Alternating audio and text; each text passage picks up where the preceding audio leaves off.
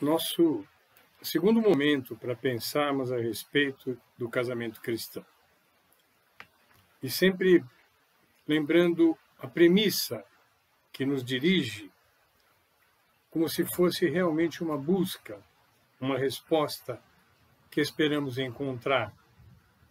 E essa premissa é: e se o objetivo de Deus para o casamento, mais do que nos fazer felizes, foi nos tornar santos? Hoje nós vamos pensar a respeito de encontrando Deus no casamento. Há uma frase de Catherine Anne Porter que diz assim: o casamento é o revelador implacável, o grande holofote voltado para os lugares mais escuros da natureza humana. Nosso cônjuge é como um espelho para nós. Nós nos enxergaremos melhor no que o cônjuge pode representar nas nossas vidas. O papel de Deus como Criador é fundamental para a sua autoridade, para a sua identidade e para o seu propósito. Tanto no Antigo como no Novo Testamento, nós vemos Deus criando tudo a partir da sua palavra. E eu creio firmemente que Ele ainda está criando. Jesus disse que o seu Pai não se cansava, que Ele continuava trabalhando e Ele trabalhava também. Nós vemos a confirmação disso em Apocalipse 21, versículo 5, que nós temos a informação de que Ele é quem continua criando tudo conforme seu propósito. Esse texto de Apocalipse nos diz: estou fazendo novas todas as coisas. A palavra fazendo está no presente. Antes de entrarmos nos capítulos práticos, que eu sei que todos estarão ansiosos para adentrar,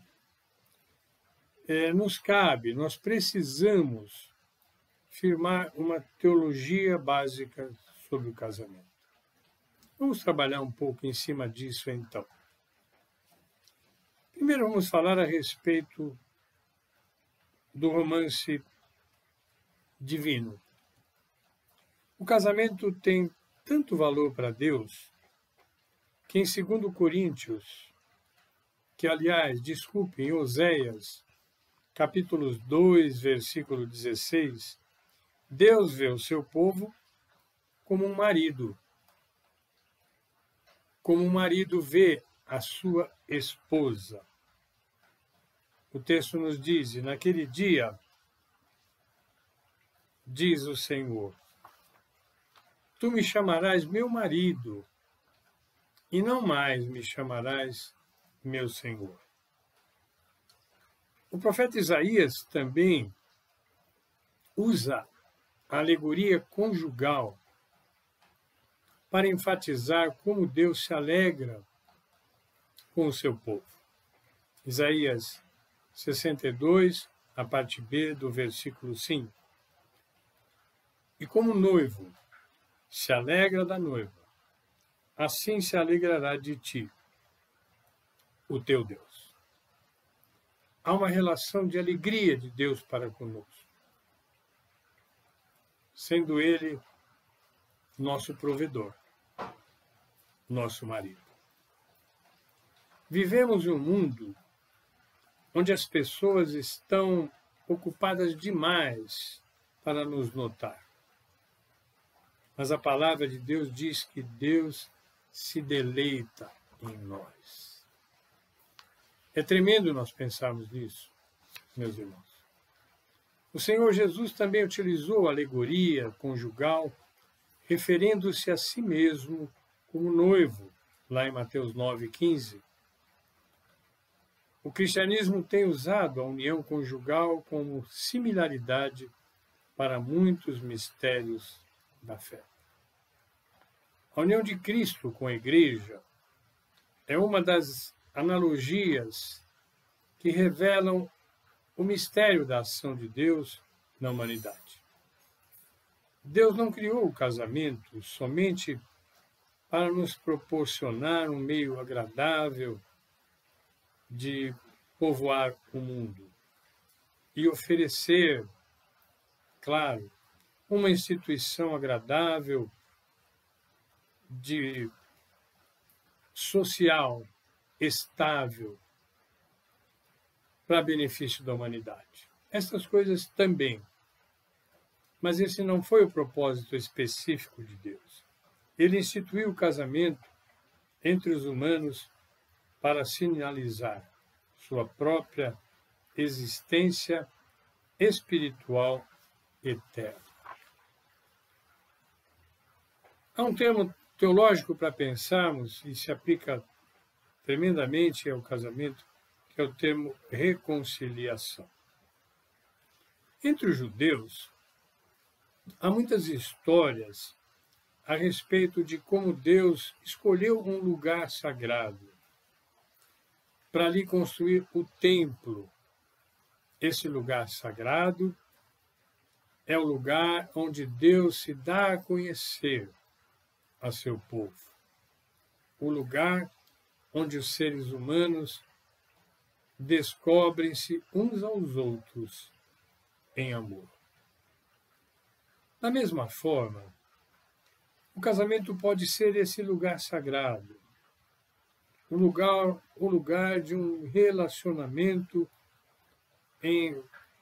que proclama o amor de Deus ao mundo, especialmente nessa união sagrada, em que Ele quer ver reproduzir tudo o que Ele é entre os cônjuges.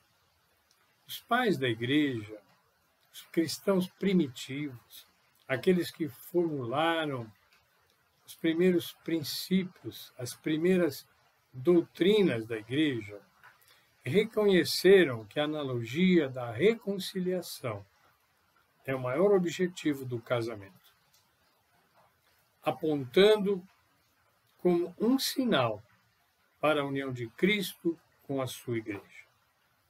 Paulo explora muito bem essa visão na sua carta aos Efésios, no capítulo 5, sobretudo nos versículos 22 a 33. Mais à frente nós falaremos a respeito desses versículos importantes.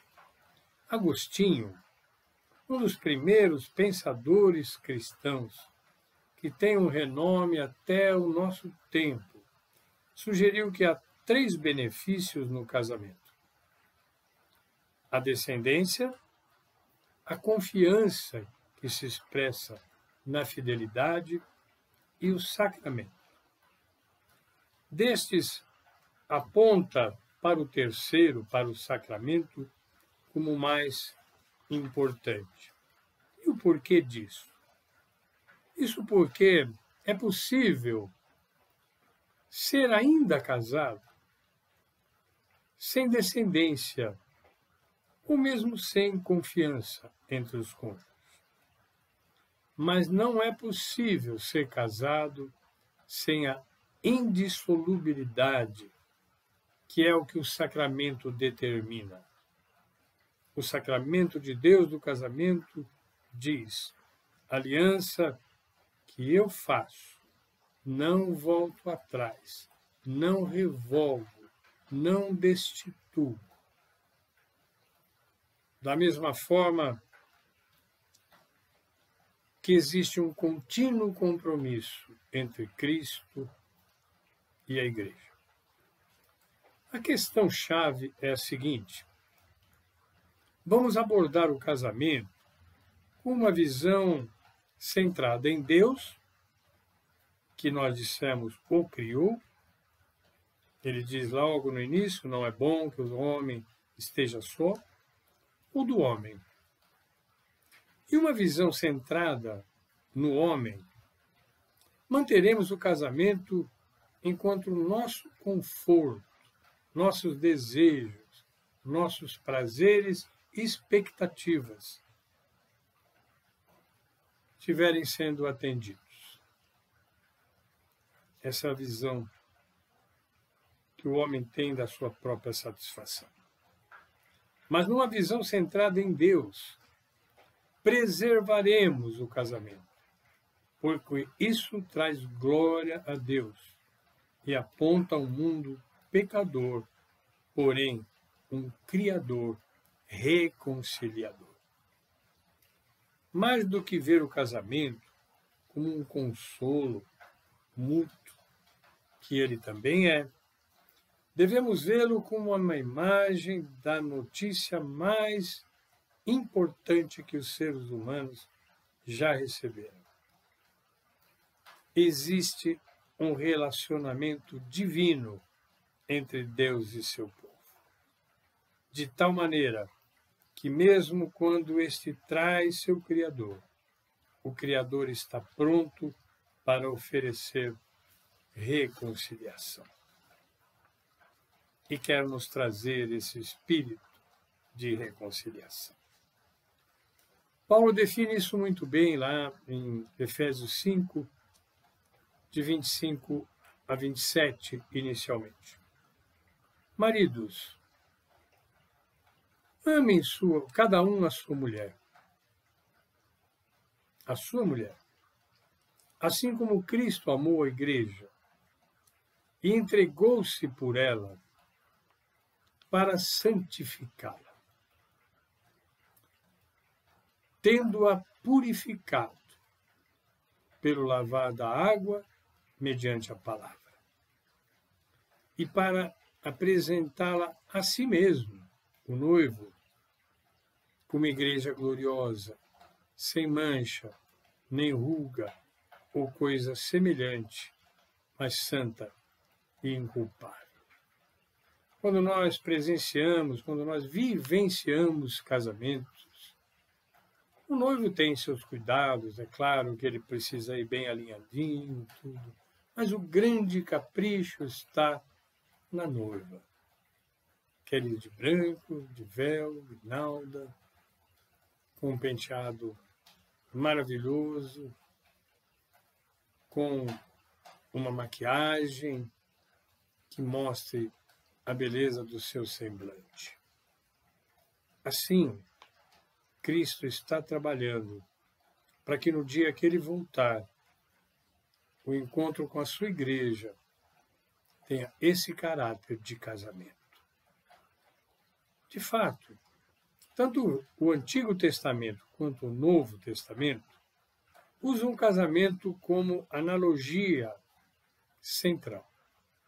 A união entre Deus e Israel, no Antigo Testamento, e a união entre Cristo e a sua igreja, no Novo Testamento. Compreender a profundidade dessas analogias é crucial para nos ajudar a determinar o próprio fundamento no qual o fundamento verdadeiramente cristão é baseado, é estabelecido. Se eu creio que o propósito principal do casamento é servir de modelo do amor de Deus por sua igreja, começarei e manterei esse relacionamento com uma motivação inteiramente nova, aquela que Paulo menciona na segunda carta aos Coríntios, quando diz, no capítulo 5, versículo 9, parte A, pois que muito desejamos também ser-lhe agradável. Ele está definindo a vida cristã. Viver a vida cristã é desejar ser agradável a Deus, pois ele não poupou seu próprio filho, muito pelo contrário, Cristo deu sua vida para nos santificar. Uma pergunta importante: o que faz Deus feliz? A principal resposta é: devo ter uma vida altruísta antes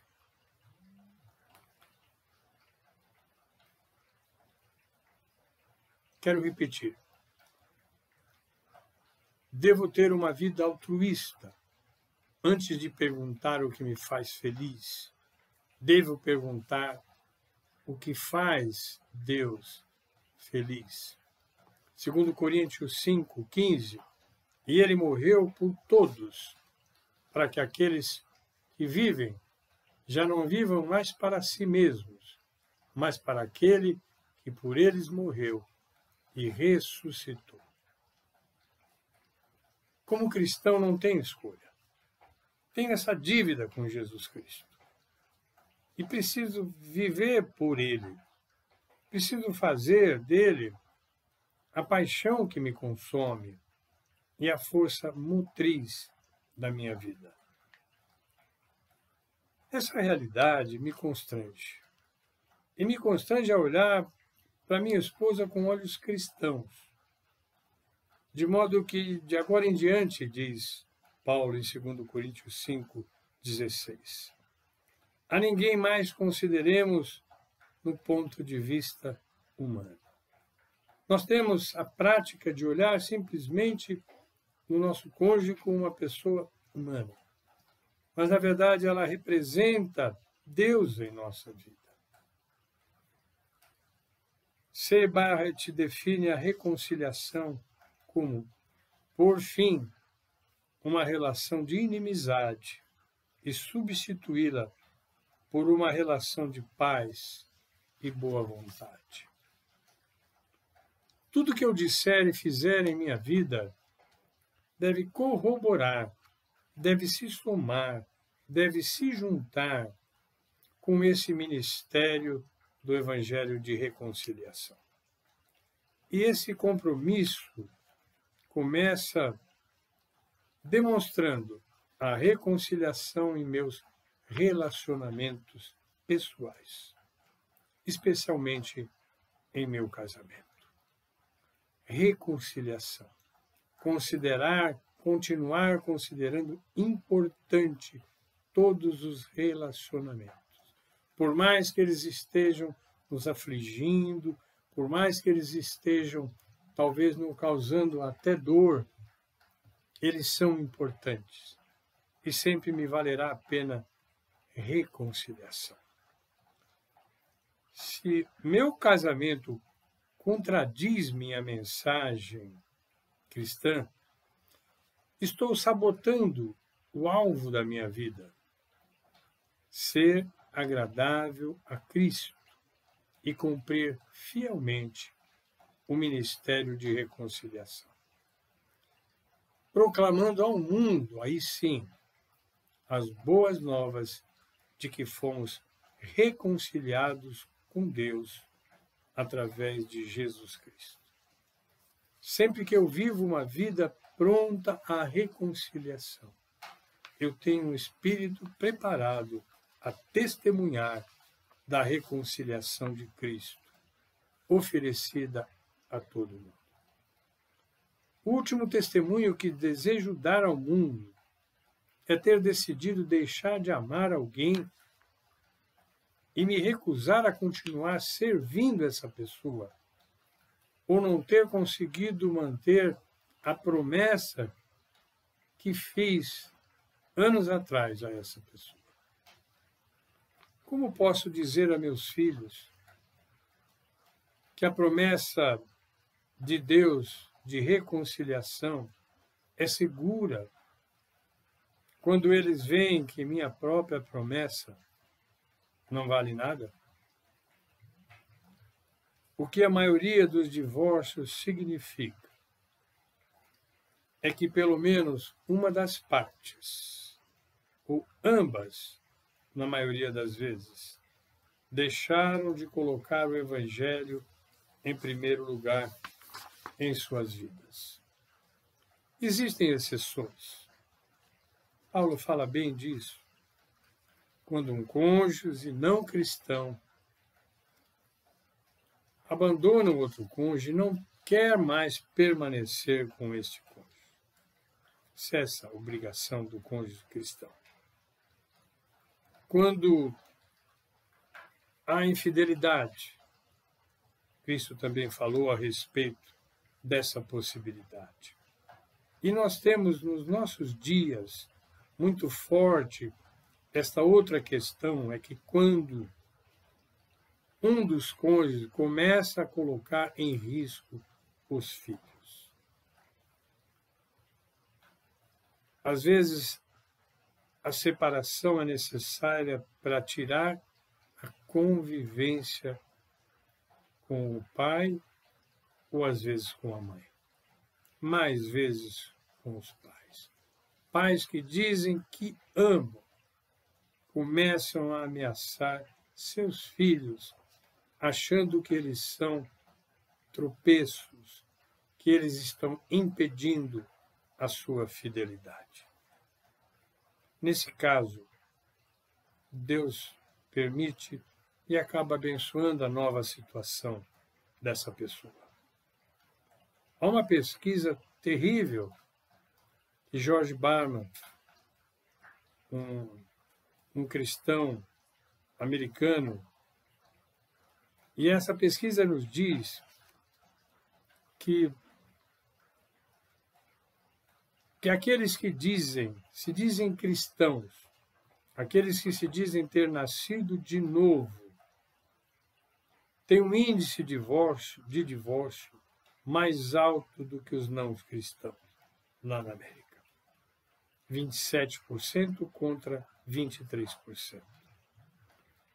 E aqueles que adotam o rótulo de cristãos fundamentalistas, nós vemos muitos deles na televisão, têm o maior índice de divórcio de todos, 30%. Isso é um dado alarmante de como os cristãos não estão levando em consideração o propósito de Cristo em suas vidas. Há um último momento que eu quero falar por hoje. Nós vamos gradativamente introduzindo aspectos importantes para pensarmos, e vocês serão questionados. Quem participar e tiver interesse, poderá participar das questões para reflexão e discussão, que poderão, inclusive, aperfeiçoar nossa visão. Mas nós queremos falar de quando os raios nos atingem. Casamentos cristãos fortes, firmes, ainda serão atingidos por raios, tentações sexuais, problemas de comunicação, problemas financeiros, frustrações, expectativas não realizadas. Mas se o casamento é abundantemente regado com um inabalável compromisso de agradar a Deus acima de todas as coisas, as condições serão propícias para, ou não serão propícias. Elas evitarão um incêndio devastador que um raio pode ocasionar. Se estou casado apenas pela minha felicidade, e a minha felicidade se desvanece, uma pequena fagulha queimará a floresta inteira do meu relacionamento. Se o meu objetivo, no entanto, for proclamar e refletir o ministério de reconciliação de Deus, minha perseverança será a prova de fogo. Praticar a disciplina espiritual do casamento significa colocar meu relacionamento com Deus em primeiro lugar. Em uma sociedade na qual os relacionamentos são descartáveis com uma regularidade assustadora, cristãos podem chamar a atenção simplesmente permanecendo casados. Quando nos perguntam a razão de permanecermos casados, mesmo com tantas dificuldades de alguns, podemos oferecer a plataforma completa da mensagem de Deus de reconciliação, seguida por um convite. Você gostaria de saber mais sobre as boas novas da reconciliação? Um convite difícil de ser feito, mas que causará sempre curiosidade. Se aqueles que nos observam veem a nossa perseverança em ser cristão, o nosso convite à reconciliação será sempre um convite com facilidade de ser aceito. Até nosso próximo encontro.